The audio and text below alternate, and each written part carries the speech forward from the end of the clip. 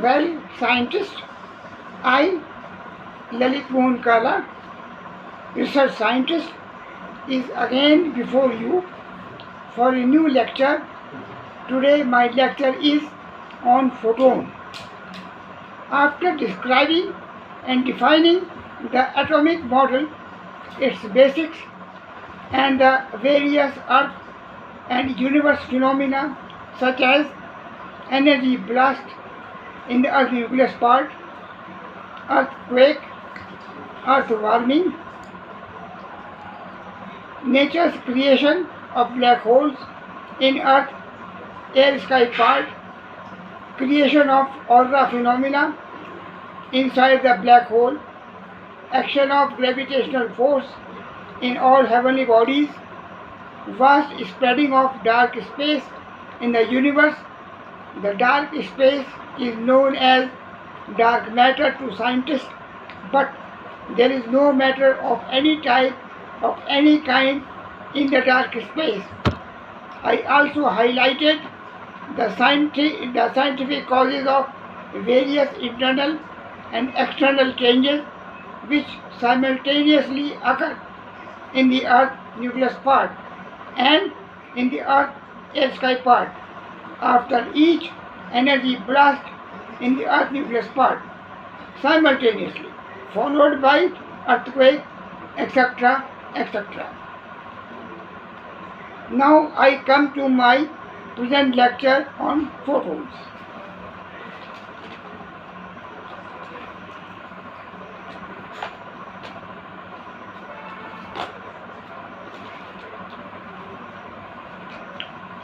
Photon से संबंधित अनेक फिनोमिना पर विज्ञान की किताबों में बहुत कुछ लिखा गया है। Reflection, refraction, interference, diffraction, polarisation, photometry आदि आदि। फोटोन में मास है, यह तेज गति से दौड़ता है, इसमें फ्रीक्वेंसी है, इसमें वेवलेंथ है। पोलराइज होने पर फोटोन के वाइब्रेशन एक पर्टिकुलर प्लेन में कट होते हैं। सब कुछ किताबों में डिफाइन किया गया है, परंतु फोटोन है क्या? यह कोई वेव मोशन है क्या? कोई पार्टिकल है या अनेक पार्टिकल्स का कोई ग्रुप है? यदि है तो वो पार्टिकल्स क्या हैं? एक न्यूक्लियस पार्टिकल और फोटोन में क्या अंतर है? जब कोई एटम टूटता है या एक्सप्लोड होता है तो एटम की जानकारी तो एटम की एनर्जी फोटोन में कैसे कन्वर्ट होती है आदि जानकारियाँ विश्व के साइंटिस्ट को आज भी नहीं है। मुझे यानी इस वैज्ञानिक ललित मोहन काला को तब मालूम हुआ जब मैंने न्यूज़पेपर में पढ़ा कि स्विट्ज़रलैंड की राजधानी जेनेवा में हुए एक बहुत बड़े एक्सपेरिमेंट, जिसे सर्न एक्सपेरिमेंट बोलते हैं, जिसमें 40 देशों के हज़ारों वैज्ञानिकों ने भाग लिया और इस एक्सपेरिमेंट में इंडिया के भी कुछ साइंटिस्ट थे। भाभा एटॉमिक सेंटर बॉम्बे के, टाटा इंस्टीट्यूट के, शाह इंस्टीट्यूट ऑफ कलकत्ता के, दिल्ली यूनिवर्सिटी के और कई यूनिवर्सिटी के साइंटिस्ट भी इसमें भाग लेते हैं, विश्व के वैज्ञानिक। उनके द्वारा सर्न एक्सपेरिमेंट के द्वारा एक न्यूज़ बुलेटिन जारी किया गया कि वैज्ञानिकों ने न्यूक्लियस पार्टिकल प्रोटॉन की 2 बीम को फेंका और टकराया और एनर्जी पैदा की। एक दूसरे केस में 2 वैज्ञानिकों तकाकी काजुता ऑफ जापान और आर्थर मैकडोनाल्ड ऑफ कनाडा ने न्यूक्लियस पार्टिकल न्यूट्रिनो पर रिसर्च की। उनकी रिसर्च में बताया गया कि न्यूक्लियस पार्टिकल न्यूट्रिनो एटम का एक न्यूक्लियस पार्टिकल है।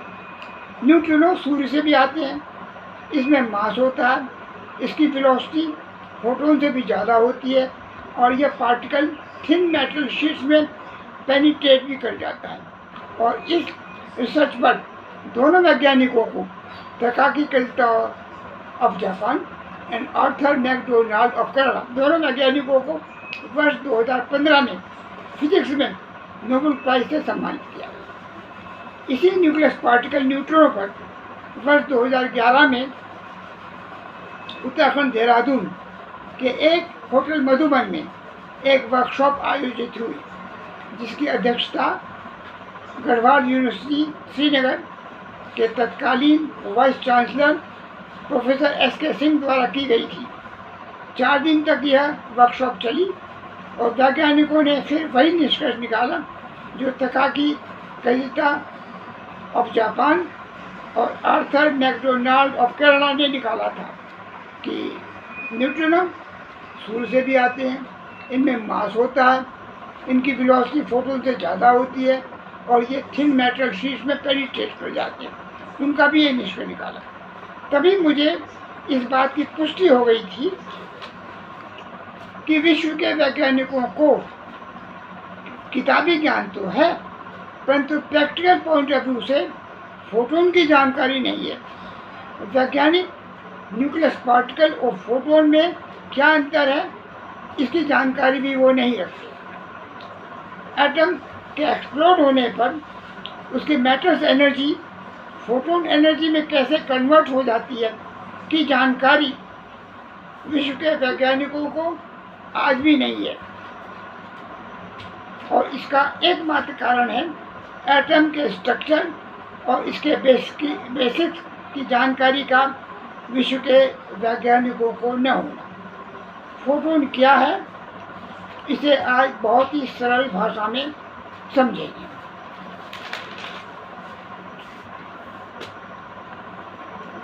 मान लो मेरे पास में ये कोई एनर्जी एक एग्जिस्टेंट है। एग्जिस्टेंट मतलब एटम हो, मैटर हो, हेवनली बॉडी हो,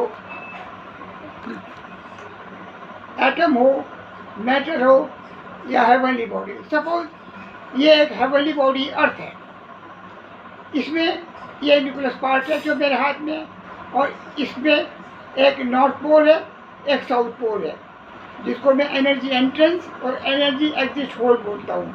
और इनके बीच में रेनबो शेप में इलेक्ट्रॉन ऑर्बिट्स खींचे हुए हैं, जो पृथ्वी के धरातल से लेकर के वायुमंडल तक ऊपर तक फैले हुए हैं। ये अर्थ का न्यूक्लियस है। इसमें न्यूक्लियस से जुड़े हुए रेनबो शेप में नॉर्थ और साउथ पोल से जुड़े हुए रेनबो शेप में इलेक्ट्रॉन ऑर्बिट्स खींचे हुए हैं, नीचे से लेके ऊपर 20-25 किलोमीटर जहाँ तक वायुमंडल फैला तक उसमें वायुमंडल है।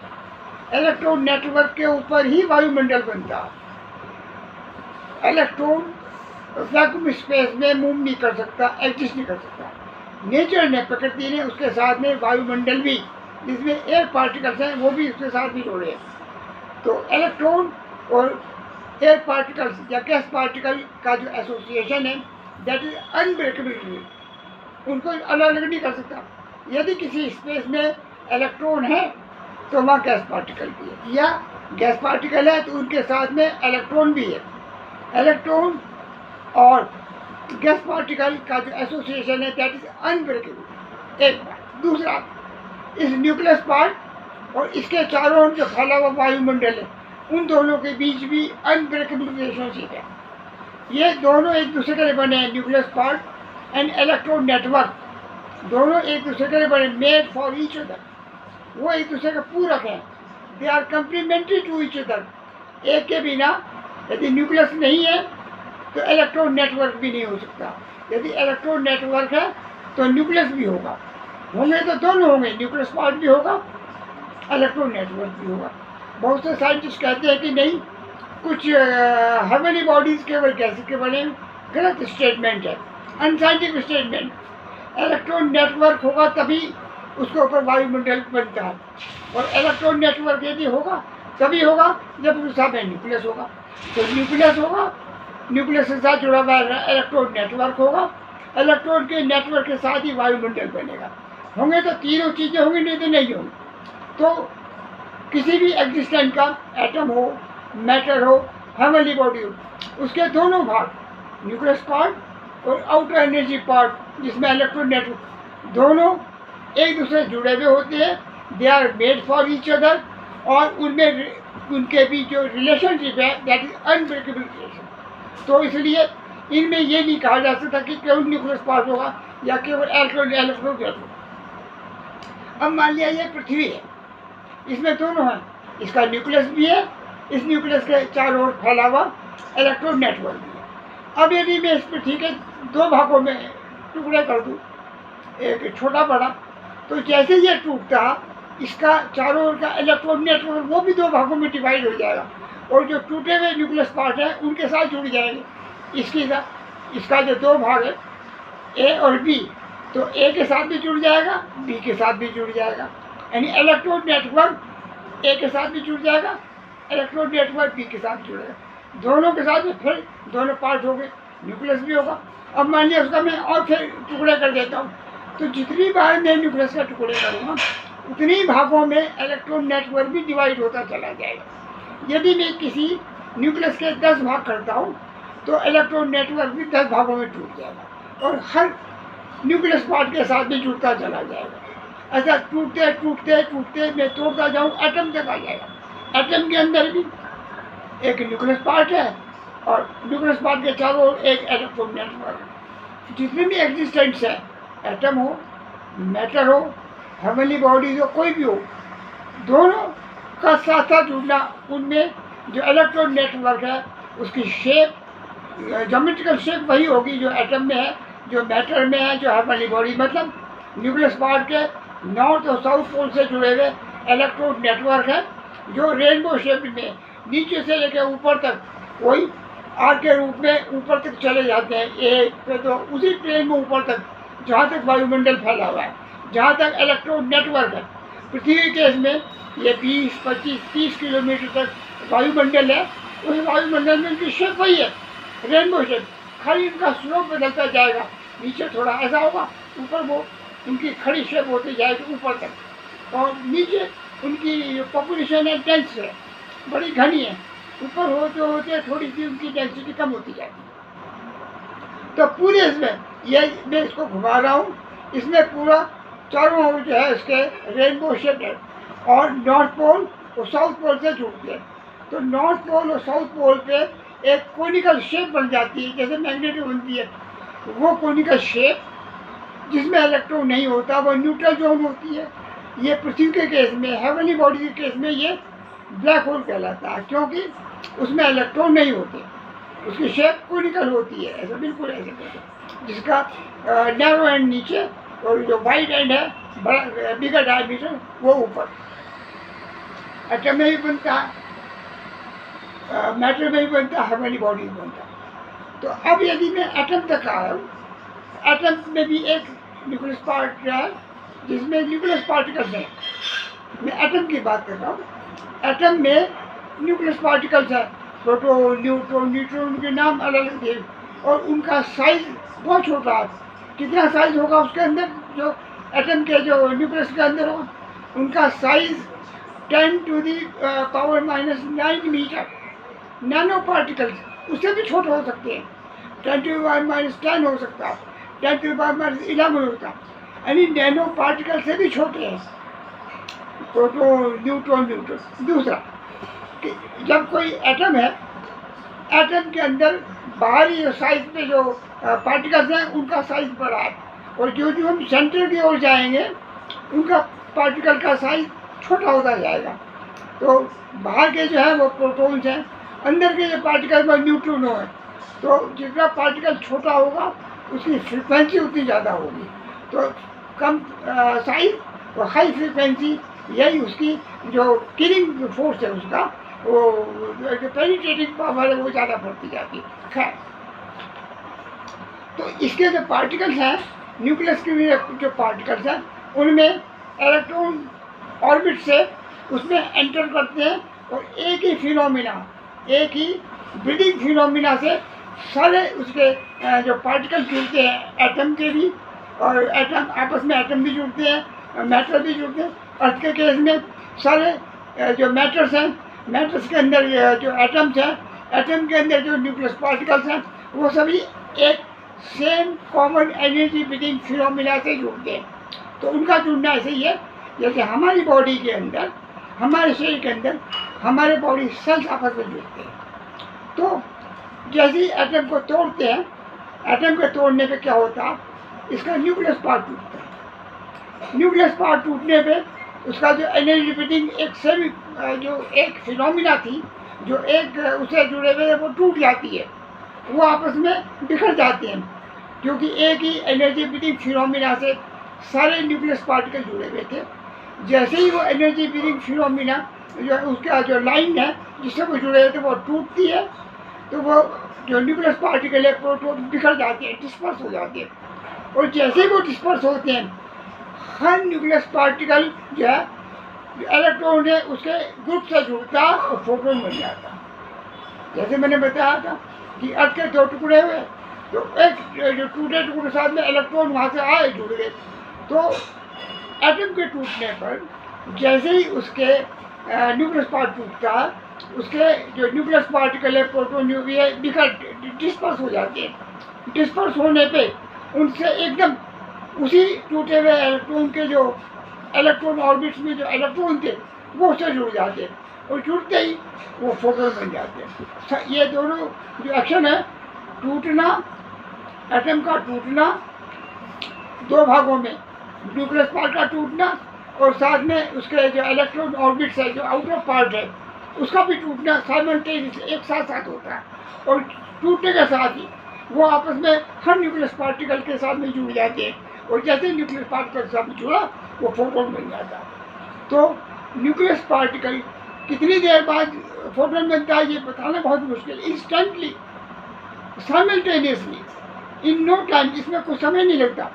न्यूक्लियस पार्ट टूटा, इलेक्ट्रॉन जो होते सिंगल न्यूक्लियस पार्ट के साथ जुड़े और फोटोन बन जाते, और सारी जो एटम की एनर्जी है वो फोटोन में कन्वर्ट हो जाती है। तो उनकी संख्या एक दो नहीं, एक एटम के अंदर जो संख्या होती है न्यूक्लियस पार्टिकल की, वो इन्यूमरेबल, जिनकी गिनती नहीं की जा सकती कि वो 1 है, 10 है, 50 है, गिनना मुश्किल है।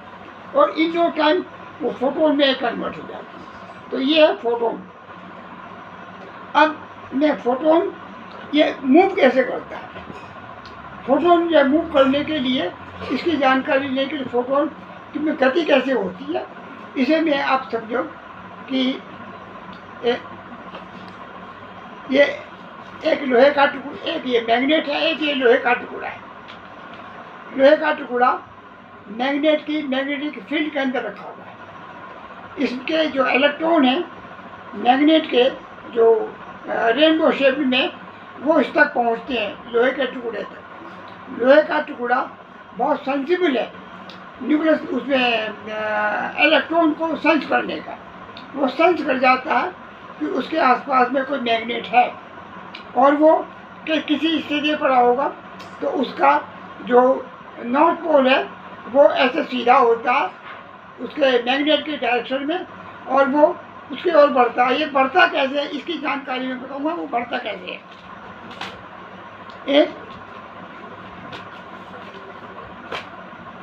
एक मैग्नेट लोहे के, एक लोहे का टुकड़ा मैग्नेट की ओर कैसे बढ़ता है। इस लोहे के टुकड़े के अंदर भी नॉर्थ पोल साउथ पोल बने हुए हैं।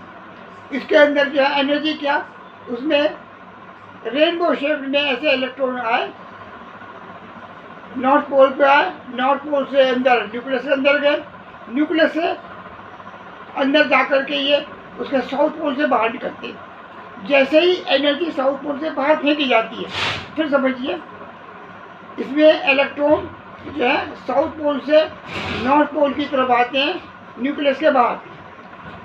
न्यूक्लियस पार्ट से न्यूक्लियस के अंदर गए, नॉर्थ पोल से न्यूक्लियस पार्ट के अंदर गए, और जैसे वो साउथ पोल से बाहर निकलते हैं तो ये लोहे का टुकड़ा या जो भी है, जो भी चीज़ ये है, एक फॉरवर्ड पुश उसको लगती है। ये एनर्जी पीछे फेंकी और वो एक स्टेप आगे बढ़ा।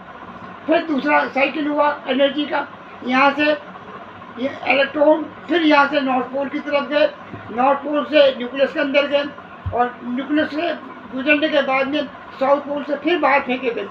जैसे ही वो एनर्जी बाहर फेंकी जाती है, एक फॉरवर्ड पुश लगता, ये एक स्टेप फिर आगे बढ़ता। तो ईच एनर्जी ब्रीदिंग साइकिल के कंप्लीट होने पर ये इसका जो न्यूक्लियस पार्ट है ये एक स्टेप आगे।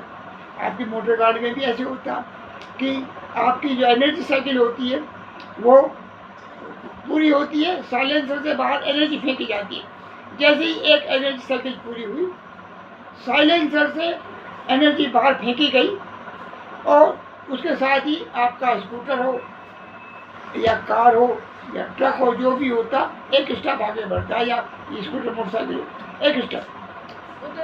हाँ, तो ये जो प्रक्रिया यानी एनर्जी ब्रीदिंग फिनोमिना के साथ में मूवमेंट रिलेटेड है, मूवमेंट जुड़ा हुआ है। यदि एनर्जी ब्रीदिंग फिनोमिना नहीं होगी तो मूवमेंट नहीं हो सकता। अर्थ का जो मूवमेंट है उसकी एनर्जी ब्रीदिंग फिनोमिना से जुड़ा हुआ है। एरोप्लेन का जो मूवमेंट है आगे, उसकी एनर्जी ब्रीदिंग फिनोमिना से आगे जुड़ा हुआ है। हर चीज़ का जो एनर्जी ब्रीदिंग फिनोमिना से ही आगे, जितने भी सेल्फ गवर्न मूवमेंट हैं वो सभी एनर्जी ब्रीदिंग फिनोमिना से जुड़े हुए हैं। एक अर्थ चक्कर काटती है, फोटोन भी ऐसे ही आता, फोटोन भी ऐसे ही है। फोटोन एक सिंगल न्यूक्लियस पार्टिकल है। सिंगल न्यूक्लियस पार्टिकल में भी वही इलेक्ट्रॉन ऑर्बिट्स हैं, वो भी एनर्जी ब्रीथ करता, इलेक्ट्रॉन ही ब्रीथ करता। इलेक्ट्रॉन ब्रीथ करके नॉर्थ पोल से आए, उसके न्यूक्लियस के अंदर से एंटर किए, न्यूक्लियस के अंदर मूव किए और साउथ पोल से बाहर। जैसे वो साउथ पोल से बाहर फेंके जाते हैं, फोटोन का न्यूक्लियस एक स्टेप आगे बढ़ जाता है। फिर दूसरी साइकिल पूरी हुई, दूसरी साइकिल पूरी होने पर फिर होते ही एक स्टेप आ गया। तो मतलब एक with each energy breathing cycle it moves one step forward. तो यदि वो एक सेकेंड में 1000 बार एनर्जी ब्रीथ करता तो 1000 बार वो अपना एक स्टेप आगे बढ़ता जाएगा। इस तो फोटोन में क्या फ्रीक्वेंसी उसकी जो है वो एक सेकेंड में कितनी बार एक फोटोन एनर्जी ब्रीथ करता है, वो उसकी फ्रीक्वेंसी। और उसकी जो वेवलेंथ है, वेवलेंथ उसका हर एनर्जी ब्रीदिंग साइकिल के साथ में वो जो एक स्टेप है, एक स्टेप जो फॉरवर्ड आगे मूव करता है, वो उसकी वेवलेंथ है। तो यदि तो आप कितना, अब एक सेकंड में कितना होगा, यदि उसने एक सेकंड में एन फ्रीक्वेंसी की, एन बार उसने एनर्जी ब्रीथ की, एनर्जी ब्रीदिंग साइकिल पूरी की, तो n into lambda, n lambda. तो फोटोन की जो वेलोसिटी हुई एन लैम्डा, यानी फ्रीक्वेंसी जो है फोटोन की हो या किसी है वो एक सेकंड में कितनी बार एनर्जी ब्रीथ करता है ये है। और लैम्डा उसका एक स्टेप है जो वो each energy breathing cycle complete करने पे आगे बढ़ता है। एक बार दूसरा, जब फोटोन आगे बढ़ता तो फोटोन का नॉर्थ पोल उस डायरेक्शन में होता। सपोज मान लिया सूर्य से हमारी और जो है फोटोन आ रहे हैं, तो उसका जो है सूर्य से जो नीचे आने पे उसका नॉर्थ पोल पृथ्वी की ओर हुआ। लेकिन जब रिफ्लेक्ट होती है लाइट, टकराई पॉलिश सरफेस पे टकराई और फिर रिफ्लेक्ट वापस आई, तब उसका जो नॉर्थ पोल है ऊपर की ओर हुआ। यदि वो ऊपर की ओर जा रहा है तो उसका नॉर्थ पोल ऊपर होगा, यदि वो नीचे की ओर आ रहा है तो उसका नॉर्थ पोल नीचे की ओर होगा। जितने सेल्फ गवर्न मूवमेंट हैं अर्थ का है, तो अर्थ का अर्थ भी ऐसे ही है। अर्थ का भी नॉर्थ पोल है, साउथ पोल है। उसका जो मूवमेंट है उसकी एनर्जी ब्रीदिंग फिनोमिना से जुड़ा हुआ है। हमारे केस में भी ऐसा ही है। हम जब दौड़ते हैं, यदि हमारी सांस की प्रक्रिया, नाक बंद कर दिया जाए, मुंह बंद, हम दौड़ नहीं पाएंगे। तो हम हर एक ईच एनर्जी ब्रीदिंग साइकिल के साथ में एक स्टेप आगे बढ़ते हैं। तो आप यदि किसी रेसर को देखेंगे, उसका फेफड़े में भी उसी गति से काम करता है। सांस जितने गति से वो उसके कदम आगे बढ़ते, उसका हर कदम उसकी एक एनर्जी ब्रीदिंग साइकिल कंप्लीट होने पे आगे बढ़ता है। आप जितने भी धावक हैं जो तेज दौड़ते हैं, उनकी सांस भी उतनी चलती है, उनके स्टेप भी उसी हिसाब से बढ़ते हैं। यानी each energy breathing phenomena complete होगी, वो एक स्टेप आगे बढ़ेगा। जितनी तेज़ी से वो सांस लेगा, उतनी तेज़ी से वो आगे बढ़ेगा। तो जितने भी सेल्फ गवर्न मूवमेंट हैं, चाहे वो गाड़ियों के हों, चाहे वो अर्थ के हों या हमारे हों, वो सभी एनर्जी ब्रीदिंग फिनोमेना से जुड़े हुए हैं और एनर्जी ब्रीदिंग फिनोमेना के साथ ही एक स्टेप आगे बढ़ते हैं। तो ये है उसका फ्रीक्वेंसी। मैंने उसका जो फ्रीक्वेंसी का मतलब है, 1 सेकंड में कितनी बार एनर्जी ब्रीथ करता, कितनी एनर्जी ब्रीदिंग साइकिल कंप्लीट करता, वेवलेंथ उसका एक एनर्जी ब्रीदिंग साइकिल के साथ में कितना डिस्टेंस वो आगे फॉरवर्ड जाता। और ये होता कि जैसे एनर्जी ब्रीदिंग साइकिल की कंप्लीट की, एनर्जी पीछे फेंकी तो उसमें फॉरवर्ड पुश आगे की ओर लगता है, यानी एक तो वो पीछे फेंके वो एक स्टेप आगे बढ़ेगा, फिर एनर्जी ब्रीदिंग साइकिल कंप्लीट, फिर वो एक स्टेप आगे बढ़ेगा। तो ये है उसका वो। अब मैं आपको बताता हूँ कि पोलराइजेशन पे उसके वाइब्रेशन कट कैसे होते हैं। एक फोटोन के अन्य ये उसके इलेक्ट्रॉन जो है, इसके जो फोटोन है, फोटोन में एक सिंगल न्यूक्लियस पार्टिकल है, इसमें इलेक्ट्रॉन ऑर्बिट्स खींचे हुए हैं जिनकी शेप रेनबो शेप है।